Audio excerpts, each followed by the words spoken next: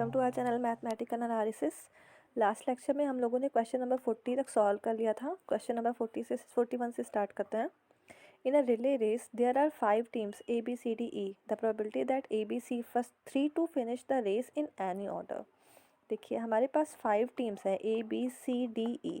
ये first second third fourth fifth rank पर किस तरह से अरेंज होती हैं, इनके अरेंज होने के नंबर ऑफ वेज कितने होंगे टोटल फैक्टोरियल 5 वेज होंगे। लेकिन हमें कंडीशन क्या दे दी गई है कि फर्स्ट 3 पोजीशन पे हमारे केवल A B and C he arrange हो सकते हैं। चाहे यहाँ पे A B C इस तरह से हो, चाहे B C A ऐसे हो, चाहे A C B ऐसे हो, या और भी जो कंडीशन बन सकती हो उस तरह से हो, और लास्ट में D और E या E और D किसी भी तरह से अरेंज हो। तो इस तरह से अरेंज होने की टोटल प्रोबेबिलिटी हमारे पास कितनी होगी?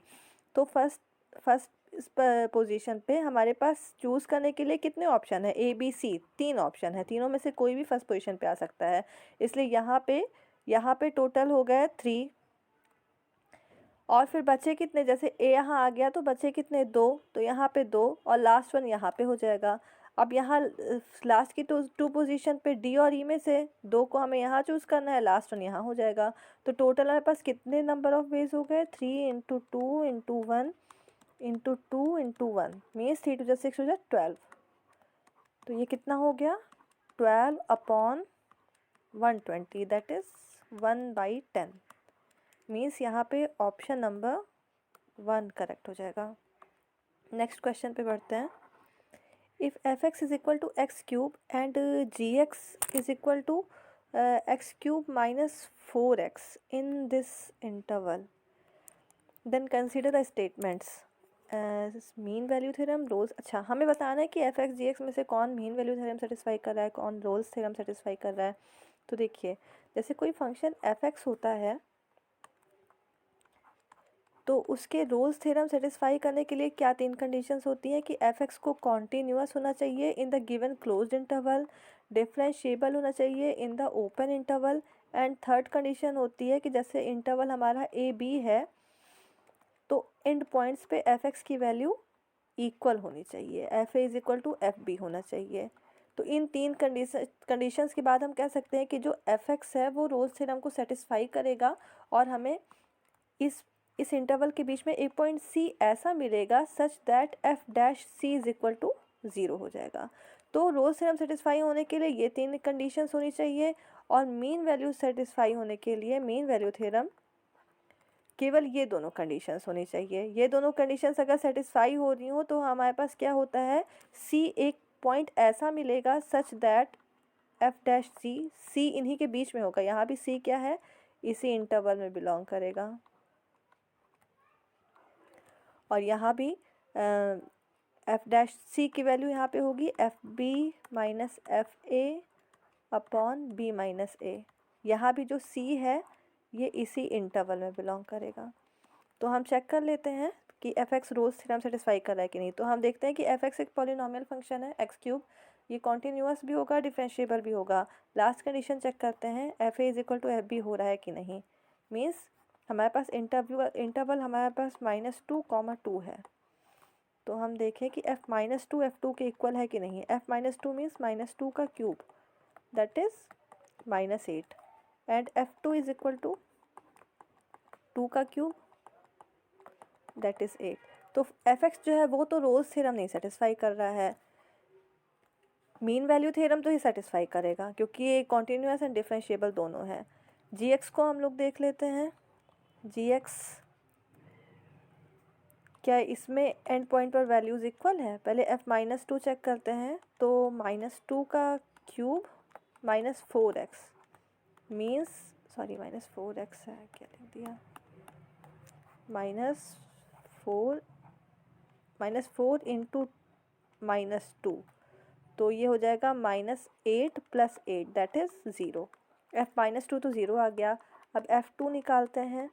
तो 2 का cube -4 into 2 that is 8 - 8 is equal to 0। तो यहाँ पे f2 is equal to f -2 हो गया, सॉरी f -2। तो ये तो रोल्स थ्योरम सेटिस्फाई कर रहा है, और ये मीन वैल्यू थ्योरम भी सेटिस्फाई करेगा क्योंकि ये भी कॉन्टिन्यूस एंड डिफरेंशिएबल बोथ है। तो ये mean value theorem and Rolle's theorem दोनों सेटिस्फाई कर रहा है, और ये खाली मीन वैल्यू थ्योरम सेटिस्फाई कर रहा है। तो देखते हैं ऑप्शन कौन सा सही है। दोनों मीन वैल्यू थ्योरम सेटिस्फाई कर रहे हैं, ये सही है। F x and g x satisfy नहीं, दोनों रोल्स थ्योरम सेटिस्फाई नहीं कर रहे हैं, केवल जी एक्स सेटिस्फाई कर रहा है। ओनली जी एक्स, हाँ थर्ड भी सही है। इसका मतलब ए और सी मीन्स ऑप्शन नंबर 4 यहाँ पे करेक्ट हो जाएगा। नेक्स्ट क्वेश्चन है, एफ एक्स एक फंक्शन दिया है, हमें बताना है एक्स ग्रेटर दैन ज़ीरो भी है, और हमें क्या बताना है कि this function has minima for value, अच्छा एक्स की वैल्यू बतानी है जिस पर फंक्शन मिनिमा हो। तो एफ एक्स दिया हुआ है तो एफ डैश एक्स हम निकाल लें, मैक्सिमम मिनिमा के लिए हम यही तो करते हैं, एफ डैश एक्स ज़ीरो करते हैं, उससे एक्स की वैल्यू निकालते हैं, फिर एफ डबल डैश एक्स में एक्स की वैल्यू पुट करते हैं। अगर लेस दैन ज़ीरो आता है तो उस पॉइंट पर मैक्सिमम फाइंड होता है, अगर ग्रेटर दैन ज़ीरो आता है तो उस पॉइंट पर हमें मिनिमा फाइंड होता है। तो एफ डैश एक्स यहाँ से निकालेंगे तो ये हो जाएगा cos x minus 2 sine 2x। इसको जब ज़ीरो के इक्वल करेंगे हम लोग तो यहाँ से cos x minus 2 sine 2x is equal to 2 sine x cos x, तो 4 sine x cos x is equal to 0। Cos x हमने कॉमन किया तो 1 minus 4 sine x is equal to 0। तो one cos x is equal to 0, x is equal to कितना हो जाएगा, cos x कब कब 0 होता है, 2n+1 पाई बाई 2 पर, मतलब पाई बाई 2 के ऑड मल्टीपल पे हमेशा कॉस एक्स क्या होता है, 0 होता है। Pi by 2, 3 pi by 2, 5 pi by 2, है ना। और when 1 minus 4 sine x is equal to 0, sine x is equal to 1/4। तो इसकी वैल्यू हम बाद में देखते हैं, पहले हम इस पर x की वैल्यू एक हमें ये मिल गई है, इस पर हम चेक करते हैं। तो हम जब f डबल डैश एक्स निकालेंगे तो कितना आ जाएगा, यहाँ से हम f डबल डैश एक्स निकालेंगे तो वो कितना आ जाएगा, माइनस साइन एक्स, और ये -4 कॉस 2x हो जाएगा। अब x इज इक्वल टू हमें क्या पुट करना है, 2n+1 पाई बाई 2।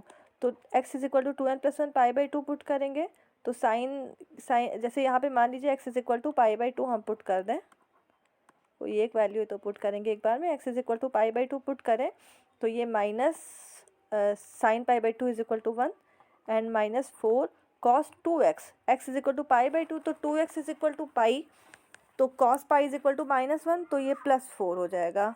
तो ये कितना आ गया, 3 आ गया, ग्रेटर दैन 0। इसका मतलब इस पॉइंट पर हमें कैसी वैल्यू मिल रही है, मैक्सिमा, फंक्शन मैक्सिमा है इस पॉइंट पर। तो x की वैल्यू कितनी हो जाएगी, 2n+1 पाई बाई 2, मीन्स यहाँ पे थर्ड ऑप्शन करेक्ट हो जाएगा। नेक्स्ट क्वेश्चन पे चलते हैं। The interval in which the function decreases, okay, हमें देखिए एफ एक्स एक फंक्शन दिया हुआ है, हमें बताना है कि किस इंटरवल में एफ एक्स डिक्रीज़ करता है। तो अगर हमें ये फाइंड करना है तो इसके लिए हम क्या करते हैं, हम एफ डैश एक्स निकालते हैं, और जब F dash x less than अगर 0 आ गया तो इसका मतलब उस इंटरवल में एक्स की उन वैल्यूज़ के लिए फंक्शन जो है वो डिक्रीज़ करेगा। अगर F dash x greater than 0 आ गया तो एक्स की उन वैल्यूज़ के लिए फंक्शन इंक्रीज़ करता है। तो एफ डैश एक्स यहाँ से कितना हो जाएगा, 12x² minus 12x minus 72 is less than 0। तो यहाँ से कितना हो जाएगा, x² minus x minus 6 is less than 0। तो इसको हम जब फैक्टराइज करेंगे तो ये कितना आएगा, x minus 3 into x plus 2 is less than 0। इसमें हम जब x का डोमेन निकालेंगे तो देखिए यहाँ पे हमें x की दो वैल्यूज़ मिल रही है, एक मिल रही है -2 और एक मिल रही है 3। तो जब भी हम 3 से कोई भी एक बड़ी वैल्यू लेकर देख लेते हैं, जैसे 4 ले लिया हमने तो 1 और मतलब जो भी आया वो ग्रेटर दैन 0 आया, मतलब यहाँ पे जो हमारा फंक्शन है वो ग्रेटर दैन 0 हो रहा है। तो यहाँ पे प्लस है तो यहाँ पे माइनस होगा और यहाँ पर फिर से प्लस होगा।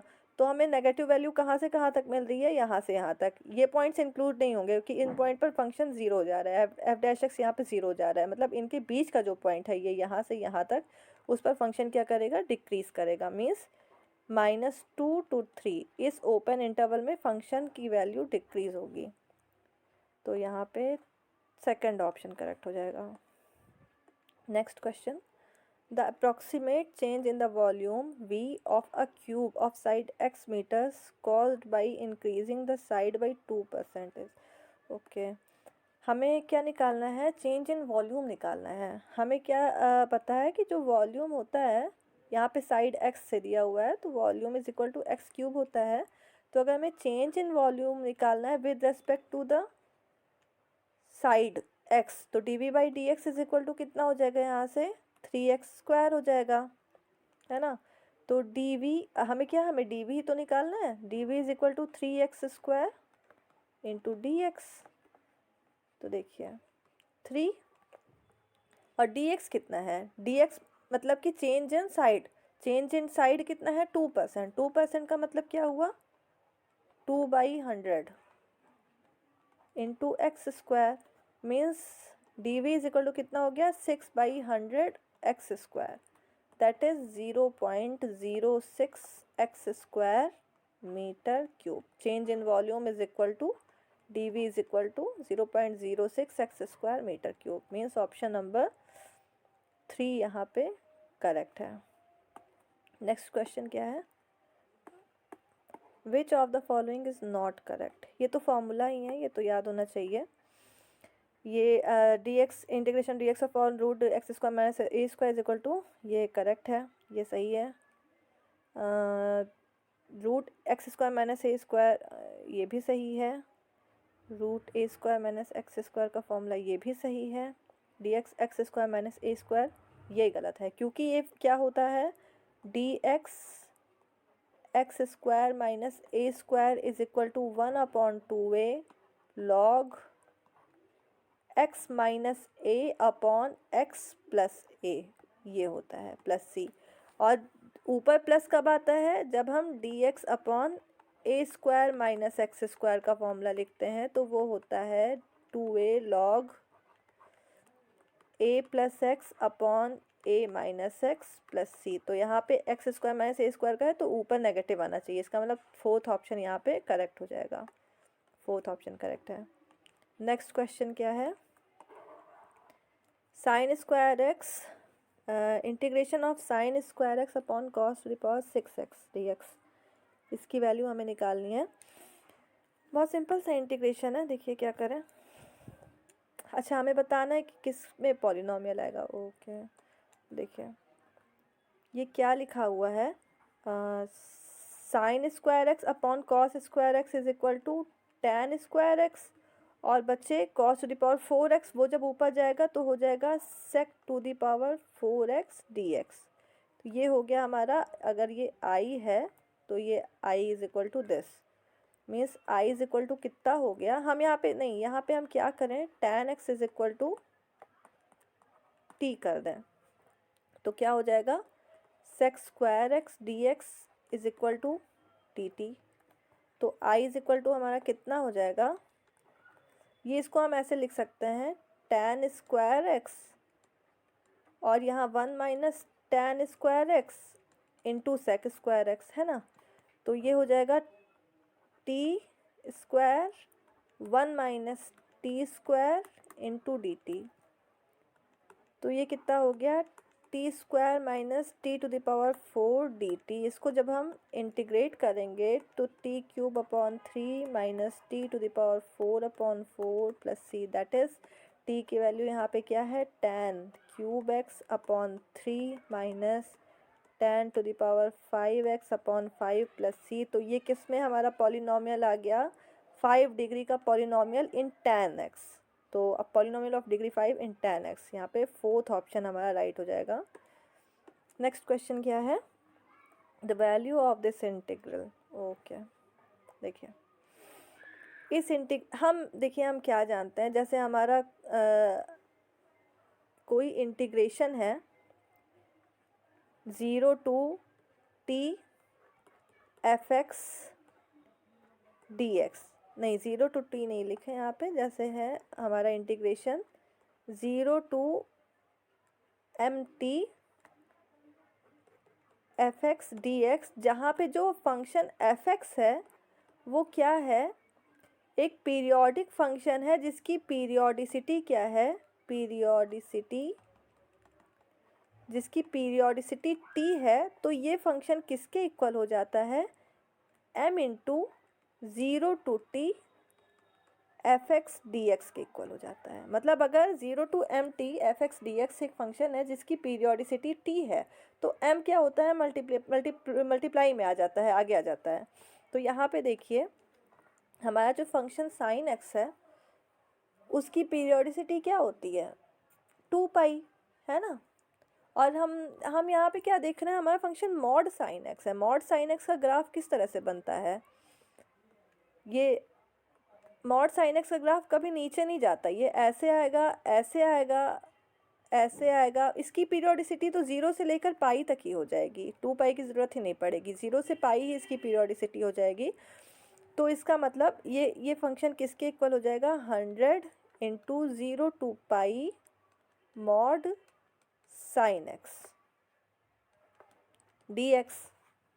ठीक है, अब देखिए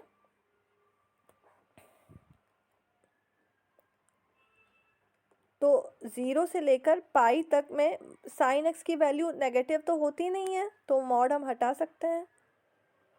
0 से पाई तक में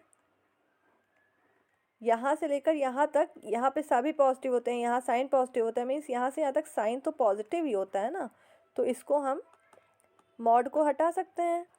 तो ये हो जाएगा साइन एक्स डी एक्स। अब साइन एक्स को इंटीग्रेट करेंगे हम लोग तो क्या होता है, माइनस कॉस एक्स 0 to पाई। तो 100 इंटू, अब यहाँ पे जब हम लिमिटिंग वैल्यूज़ पुट करते हैं तो माइनस कॉस पाई, माइनस और माइनस पहले से ही है तो plus cos 0, 100 into cos pi की वैल्यू होती है -1, minus minus means 1, plus cos 0 भी 1 मीन्स 2 इंटू 100 दैट इज़ 200। यहाँ पे हमारा आंसर आ गया। तो ऑप्शन नंबर 3 यहाँ पे करेक्ट हो जाएगा, 200। Next question, the area bounded by the curve y is equal to x square and y is equal to 2 mod x। देखिए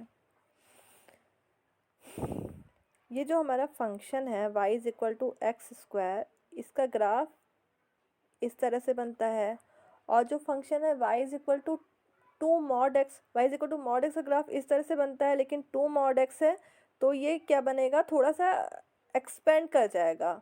मीन्स जब x इज इक्वल टू 1 होगा तो y is equal to 2, 1 2 means यहाँ इस तरह से जाएगा, ये इस तरह से ये ग्राफ जाएगा। मतलब अगर मॉड x होता तो थोड़ा सा इस तरह से जाता, 2x है तो थोड़ा और अंदर से जाएगा। तो ये हो गया हमारे दोनों फंक्शंस के ग्राफ। इनका इंटरसेक्टिंग पॉइंट क्या होगा, जैसे y is equal to 2 x is equal to, अगर हम यहाँ पे देखिए y इज इक्वल टू क्या है, एक्स स्क्वायर है, और सेकंड फंक्शन क्या है, y is equal to 2 mod x है। इधर साइड में लेंगे तो ये y is equal to 2x ही हो जाएगा। तो हम ये वाला इंटरसेक्टिंग पॉइंट निकाल रहे हैं, इधर तो मॉड हट जाएगा, x पॉजिटिव ही है सारा। तो y is equal to 2x यहाँ पे पुट करते हैं तो 2x is equal to x square, तो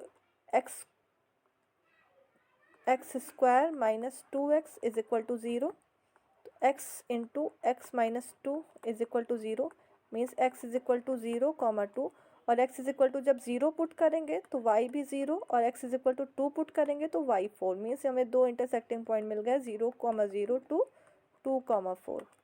तो यहाँ पे हम क्या करें, इंटीग्रेट कर दें इनको कहाँ से कहाँ तक।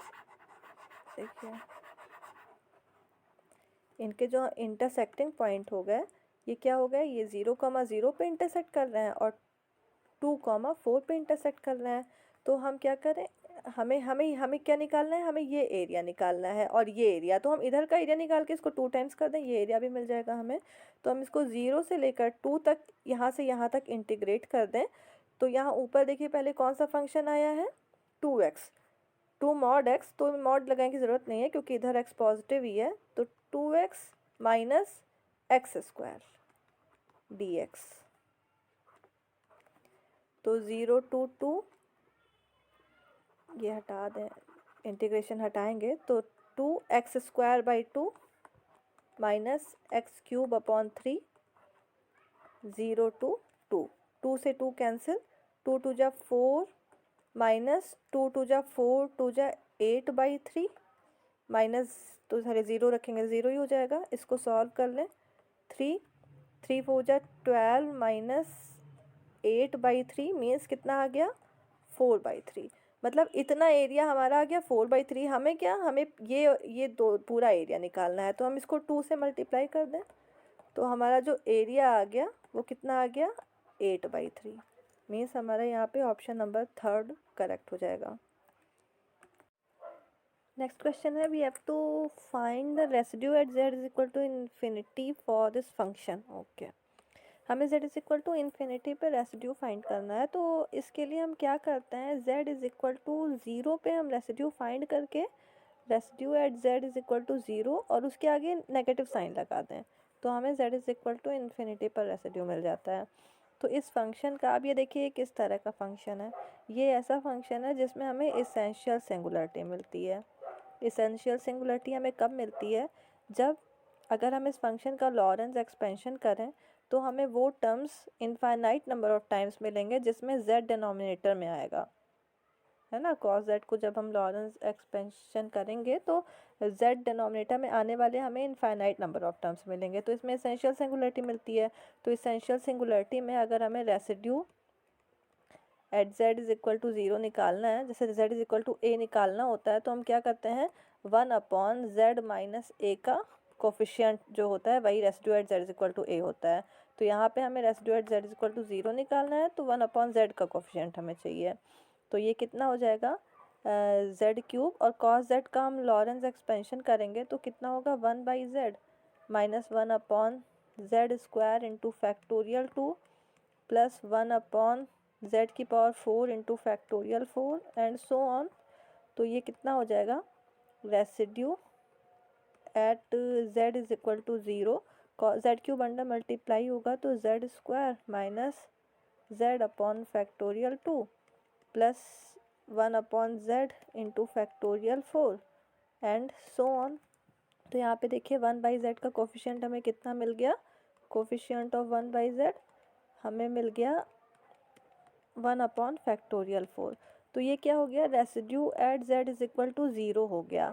तो रेसिड्यू हमें क्या चाहिए, residue at z is equal to infinity चाहिए, तो वो होती है negative of residue at z is equal to 0 means minus 1 upon factorial 4, that is minus 1 upon 24। यहाँ पे राइट ऑप्शन हो जाएगा, मीन्स यहाँ ऑप्शन नंबर 1 करेक्ट है। नेक्स्ट क्वेश्चन क्या है, which of the following is a linear differential equation. देखिए linear differential equation होने के लिए हमें क्या चाहिए होता है कि जितने भी हमारे डेरिवेटिव हैं dy बाई डी एक्स, उनकी पावर हमेशा 1 होनी चाहिए, डेरिवेटिव्स आपस में मल्टीप्लाई नहीं होने चाहिए, या y को dy बाई डी एक्स से मल्टीप्लाई नहीं होना चाहिए, ओके, या किसी फंक्शन के अंदर y नहीं लिखा होना चाहिए। तो फर्स्ट में देखिए y इंटू वाई डैश यहाँ मल्टीप्लाई हो जा रहा है, तो ये भी नहीं होगा, ये तो नहीं होगा, ये y की पावर 4 हो गया तो ये भी नहीं होगा, y की पावर भी 1 ही होनी चाहिए। यहाँ पे देखिए, यहाँ 3 dy by D x is equal to x plus 4y is, ये एकदम से लीनियर के फॉर्म में लिखा हुआ है। लीनियर का स्टैंडर्ड फॉर्म क्या होता है, सेकंड ऑर्डर की लीनियर डिफरेंशियल इक्वेशन है, उसका स्टैंडर्ड फॉर्म क्या होता है, d2y by D x to plus p dy by D x plus q y is equal to r। तो ये देखिए उसी तरह से लिखा हुआ है d2y बाई, इसको हम इस तरह से लिख लें, तो y double dash minus 3y dash minus x plus 4y is equal to minus x square. तो ये एक लीनियर सेकेंड ऑर्डर की लीनियर डिफरेंशियल इक्वेशन हो गई। मीन्स यहाँ पे ऑप्शन नंबर 2 करेक्ट है। Next question, the value of this integration where c is the circle mod z is equal to 1। देखिए यहाँ पे जो हमारे, हाँ फर्स्ट तो हम चेक करते हैं कि इसका पोल किस किस पॉइंट पर मिल रहा है हमें। तो पोल निकालने के लिए हम डिनोमिनेटर को इक्वल टू 0 कर देते हैं। तो ये 0 होगा, तो z इज़ इक्वल टू 1 पे हमें पोल मिल रहा है। और ये इस रीजन के अंदर आ रहा है कि नहीं, ये क्या है, ये एक सर्कल है जिसका सेंटर 0 है एंड रेडियस 1 है। तो z इज़ इक्वल टू 1, ये यही पॉइंट हो जाएगा। तो इसका मतलब ये इस रीजन के अंदर आ रहा है जिस पॉइंट पे हमें पोल मिल रहा है। तो हम क्या करें, कॉशी इंटीग्रेशन फार्मूला लगा दें। कॉशी इंटीग्रेशन फार्मूला क्या कहता है कि जो हमारा फंक्शन है अगर वो एनालिटिक है एक्सेप्ट सम फाइनाइट पॉइंट्स, तो यहाँ पे z इज इक्वल टू 1 को छोड़ के हर जगह हमारा फंक्शन एनालिटिक है। तो ये क्या होता है Cauchy integration formula, f z upon z minus a is equal to कितना हो जाता है, 2πi एफ ऑफ ए के इक्वल हो जाता है। तो अगर हम क्या करें, हम यहाँ पे let f z is equal, जो हमारा ये ऊपर ऊपर जो दिया हुआ है z square minus z plus 1, इसको हमने एफ जेड मान लिया। तो यहाँ से देखिए Z square minus z plus 1 upon z minus 1 की वैल्यू कितनी हो जाएगी, 2πi एफ ऑफ 1 के इक्वल हो जाएगी। मीन्स 2πi, यहाँ पे z की जगह 1 पुट करेंगे तो कितना हो जाएगा, 1 माइनस 1 प्लस 1, दैट इज़ हमारा आंसर कितना आ गया, 2πi। तो यहाँ पे ऑप्शन नंबर 2 करेक्ट हो जाएगा।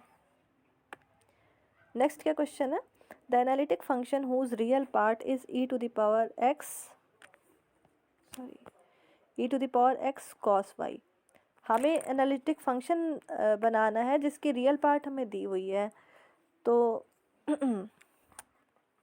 एनालिटिक फंक्शन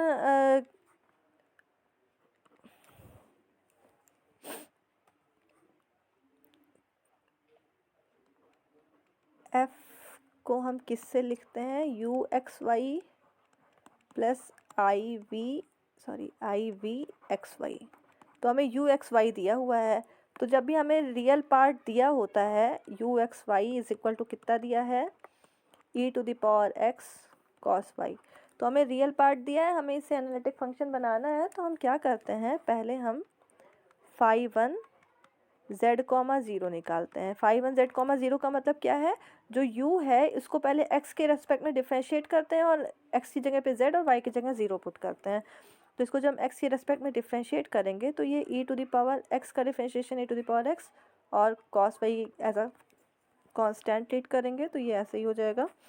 और इसकी जगह पे x की जगह पे z पुट करेंगे तो e to the power z और cos 0 मीन्स 1, तो ये e to the power z हो गया।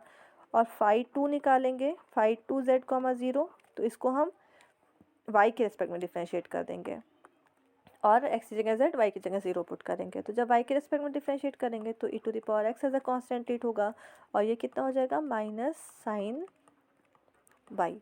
तो यहाँ पे e to the power z into sine 0 means 0, तो ये 0 हो गया। तो ये जो एनालिटिक फंक्शन होगा हमारा यहाँ से वो किसके इक्वल होता है, integration of phi 1 plus I phi 2 plus C, that is phi 1 is equal to कितना है, e to the power z plus F Z से लिख दो इसको एफ जेड। तो e to the power z plus 0 plus C, e to the power z का integration e to the power z plus C. तो यहाँ मतलब सी आई है कांस्टेंट, तो सी आई लिख दें, उससे कोई फ़र्क नहीं पड़ेगा, आई भी कांस्टेंट ही है। तो यहाँ पे फोर्थ ऑप्शन हमारा करेक्ट हो जाएगा। Next, the maximum value of this function in the interval 0 to π/2 is attained. देखिए हमें फंक्शन दिया हुआ है, हमें इसकी मैक्सिमम वैल्यू निकालनी है। तो एफ एक्स कितना है, sine x plus π/6 plus cos x plus π/6। तो मैक्सिमम वैल्यू चाहिए, तो क्या करें, एफ डैश एक्स निकाल के उसको 0 के इक्वल करें पहले। तो ये हो जाएगा cos x plus pi by 6 minus sign x plus pi by 6। ये जब 0 के इक्वल होगा तो क्या हो जाएगा, cos x plus pi by 6 is equal to sine x plus pi by 6। तो इसकी वैल्यू, साइन और कॉस की वैल्यू इक्वल कब होती है, पाई बाई 4 में। 0 से पाई बाई 2 के बीच में अगर हम सोचें तो पाई बाई 2 पर इसकी वैल्यू इक्वल होती है। तो x प्लस पाई बाई 6 की वैल्यू कितनी हो गई, पाई बाई 4। तो x is equal to pi by 4 minus pi by 6, 12 LCM 3 pi minus 2 pi, that is pi by 12। तो 0 से लेकर पाई बाई 2 में x is equal to pi by 2 पे ही हमें मैक्सिमा या मिनिमा फाइंड होगा। ये तो हम आगे एफ डबल डैश निकाल के देखते हैं कि मैक्सिमा या मिनिमा,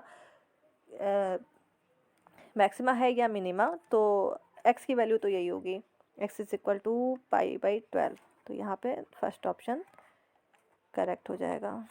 नेक्स्ट क्वेश्चन क्या है, 3 to the power 4n plus 2 plus 5 to the power 2n plus 1 is completely divisible by। तो हम क्या करें, सिंपल है, यहाँ पे हम n की जगह 1 पुट कर दें। तो 3 to the power 4 प्लस 2 में 6 plus 5 to the power 3, that is 3 to the power 6 करेंगे 729 प्लस 125 ऐड करें, 4 2 4 1 5 7 1 8, 854 किससे डिविजिबल होगा, 15 75 नहीं 14 14 84 एक, हाँ 14 से हो जाएगा।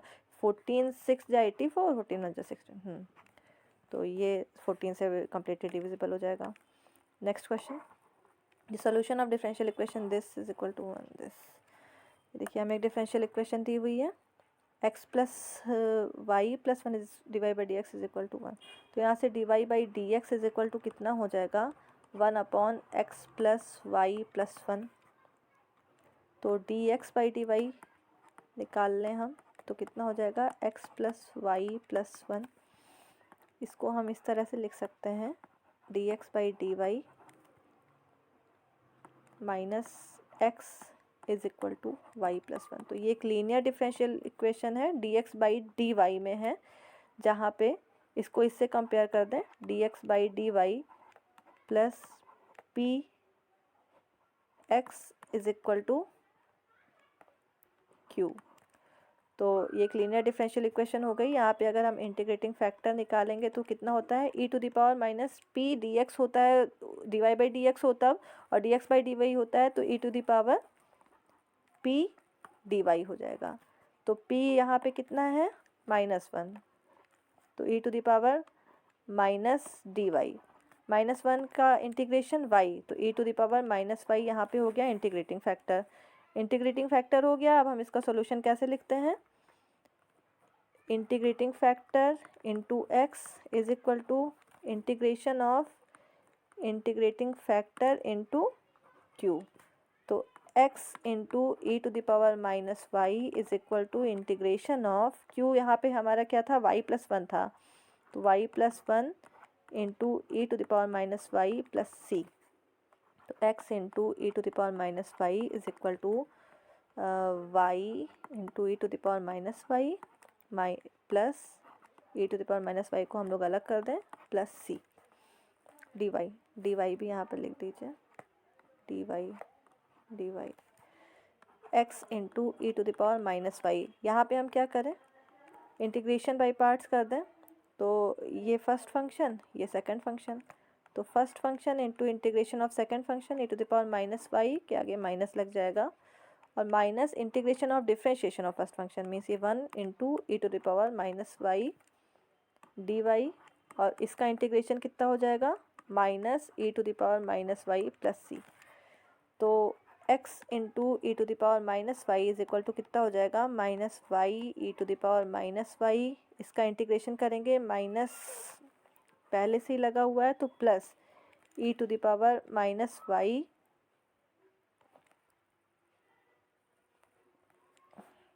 Minus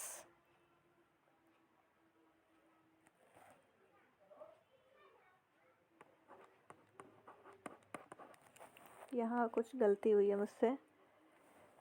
e to the power, यहाँ प्लस लगा दिया मैंने, नहीं ये तो प्लस ही होगा। First function into integration second minus integration of differentiation first function into integration of second. ओहो, इसका इंटीग्रेशन करेंगे तो ये minus e to the power minus y हो जाएगा, और यहाँ पे ये माइनस। तो यहाँ पे कितना हो गया, हम e to the power minus y से डिवाइड कर दें तो ये c into e to the power minus y से डिवाइड करेंगे तो e to the power y, और ये माइनस वाई, और यहाँ पे दोनों ऐड हो जाएंगे -2। ये इसका हमारा आंसर हो जाएगा। तो यहाँ पे कौन सा ऑप्शन सही है, third option. Next question, match the following. Radius of radius of convergence बतानी है हमें। तो रेडियस ऑफ कन्वर्जेंस का फॉर्मूला क्या होता है, जैसे हमारा जो पावर सीरीज होता है summation an z to the power n, तो अगर हमें इसकी रेडियस ऑफ कन्वर्जेंस निकालनी होती है तो उसका फॉर्मूला होता है 1/r is equal to limit n tends to infinity mod an to the power 1/n is equal to limit n tends to infinity an plus 1 upon an। जो formula हमें सही लगे वहाँ पे हम वो मेथड लगाते हैं। अगर हम इससे निकालना इजी हो तो इससे निकालते हैं, इससे निकालना इजी हो तो इससे निकालते हैं। तो पहला देखिए, पहले में an इज इक्वल टू क्या है, n है, तो हम ये वाला यूज़ कर लेते हैं मेथड। तो limit 1/r is equal to निकालना है हमें, n टेंड्स टू इन्फिनिटी करेंगे तो n प्लस 1 अपॉन n करेंगे तो इसकी वैल्यू 1 हो जाएगी, तो यहाँ से r भी 1 हो गया। मीन्स फर्स्ट वाला हमारा जाएगा सेकंड से, मिलेगा b से। इसके बाद हम सेकंड के निकालते हैं। सेकंड में an इज इक्वल टू देखिए हमें कितना दिया हुआ है, n plus 2 upon 3n plus 1 whole to the power n। तो हम वो सेकंड वाला मेथड यूज़ कर लें, 1/r is equal to limit n tends to infinity mod an to the power 1/n करेंगे तो कितना हो जाएगा, limit n tends to infinity an means n plus 2 upon 3n plus 1 की power n to the power 1/n करेंगे, cancel हो जाएगा। यहाँ n टेंड्स टू इन्फिनिटी करेंगे तो कितना आ जाएगा, 1/3 means 1/r is equal to 1/3, तो r इज इक्वल टू 3, तो सेकंड वाला जाएगा c से मिलेगा। तो ऑटोमेटिकली फर्स्ट वाला a से मिल जाएगा। मीन्स हमारा क्या आंसर आ रहा है, BCA मीन्स यहाँ पे सेकंड ऑप्शन सही हो जाएगा।